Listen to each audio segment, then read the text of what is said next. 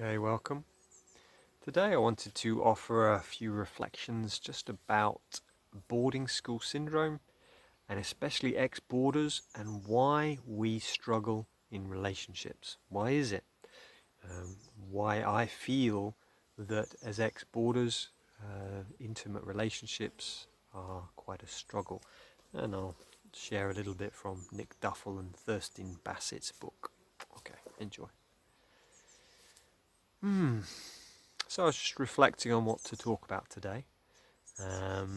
And, in my work as a therapist, as a coach, a lot of my clients are ex-boarders or men who are struggling in relationships. And so today I just wanted to talk about, in particular, why I feel that ex-boarders really struggle in relationships.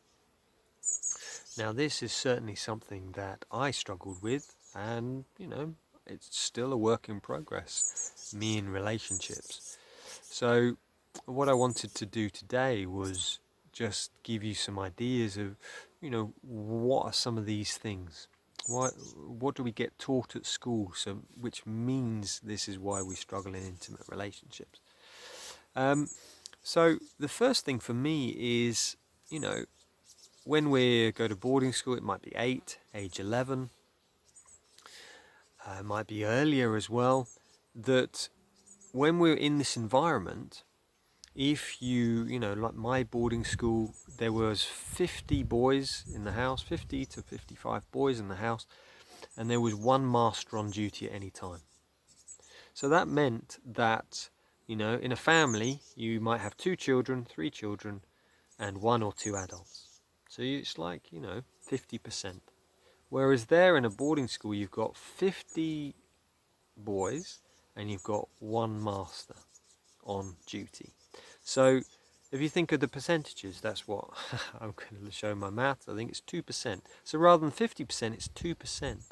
So who you are learning from about, in this particular thing about relationships, is you're basically learning from your peers. You're learning from the other boys. And who have they learned from? They've learned from the peers. So essentially your education in relationship is coming from children. So when we leave school, so this is the first thing, when we leave school and we try and get into an adult relationship, our knowledge of relationships is only from children. And therefore, and this is important as well, is that we don't shame ourselves as ex-boarders, go, God, why can't I handle a relationship? No, it's not to do with that. It's that we have to learn because we have not learned. So what happens if you're at home, 50% adults, 50% children? Sure, you're at school, but you're at school half of the time. Half the time you're at home. Or probably even more time because weekends as well. So yeah, you might hang out with friends, but you have a meal with your family. You've got, parents of your friends. If you're hanging, you're seeing how adults are in relationship. You're kind of unconsciously seeing how your mum and dad react. Even if they don't have a good one, a good relationship, they might be fighting. You're still seeing how they're reacting and how they're responding. It might be a negative behavior you're learning, but at least you're learning something. At boarding school, you don't even learn that. You don't learn, right, how is it? And the other thing for me with this is that when you do go home at holiday time, often your parents are on their best behavior. My sister used to say to me, she couldn't understand it. When I came home, my father, who was a real nightmare most of the time, when she was growing up, when I came home, he was on his best behavior. So you often get that you get home and, you don't see how your parents are actually interacting. Because at boarding school, we're 8 months, we're at school, 4 months at home, 3-4 months at home. So that's the first thing, is who do we learn from? The second thing is at boarding school, what do we learn? We learn to suppress our emotions. we learn to not show our vulnerability. We learn to keep ourselves busy all the time. We're working, working, working. And if you want a relationship to thrive, as Nick Duffell talks about in this book here, he says,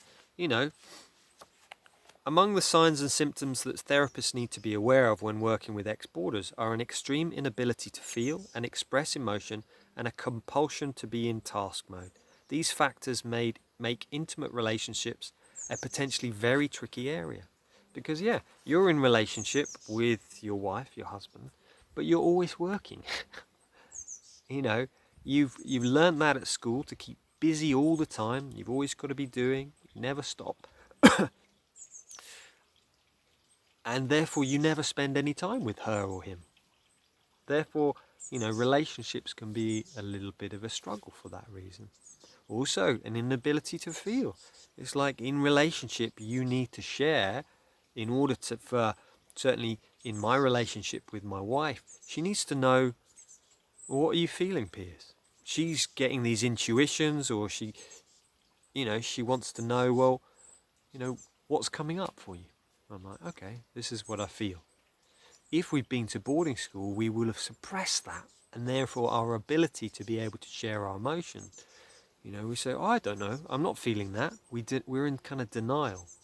So part of the healing work for me is dropping into our bodies more. What do I feel? And staying with it. No, I don't feel. It's like, no, stay with it. If you feel anger, I do this all the time, tapping. This is what I feel, really feeling that anger. Feeling that hurt, and we just stay with it. We stay with that. The other thing is about vulnerability. In relationships, we need to show our vulnerability. Sometimes our tears. And, if you've been at school, you will have shown your vulnerability, and then it would have been laughed at or shouted at or suppressed in some ways. So in relationship, we need to show that vulnerability. And at the beginning, it can be challenging. But again, we just meet it. This is what I feel. It's what I feel. Feel these feelings. I'm scared of being vulnerable. I'm scared of that. And we just kind of really meet that within ourselves. So what other things did I write down here? So I think, this is why we as ex-boarders struggle in relationship, is that, one thing is we learnt from the kids around us, and what we did learn really don't set us up for relationships. They set us up for the world of work, but not intimacy. And, so healing is really seeing, okay, noticing the shame we might feel, that I don't know this, but being gentle, going, I've not been taught this, therefore I can learn. I can study. I can learn about relationships. So some of the books I really recommend are The Way of the Superior Man by David Dada. Also, Conscious Loving, Gay and Katie Hendricks. What are some of the other ones? I've forgotten his first name, but Gottman. So it's like studying books about relationships, learning. Right, how do I deal with being in relationship with a person? I've not learned, and that's okay, but now I can start to do something about it. And when we do that, then healing can start to begin. Then things can start to happen. I can learn how to be in relationship, how to have better communication, how to use I statements, for example, meaning I feel this. When you do this, I feel sad. It's like, this is what I feel. So we kind of getting more versant in our own feelings. So just some ideas and reflections about relationships and why we struggle, and some of the things and ideas of what we can do. So hopefully this is helpful, and many blessings. Okay. Take care.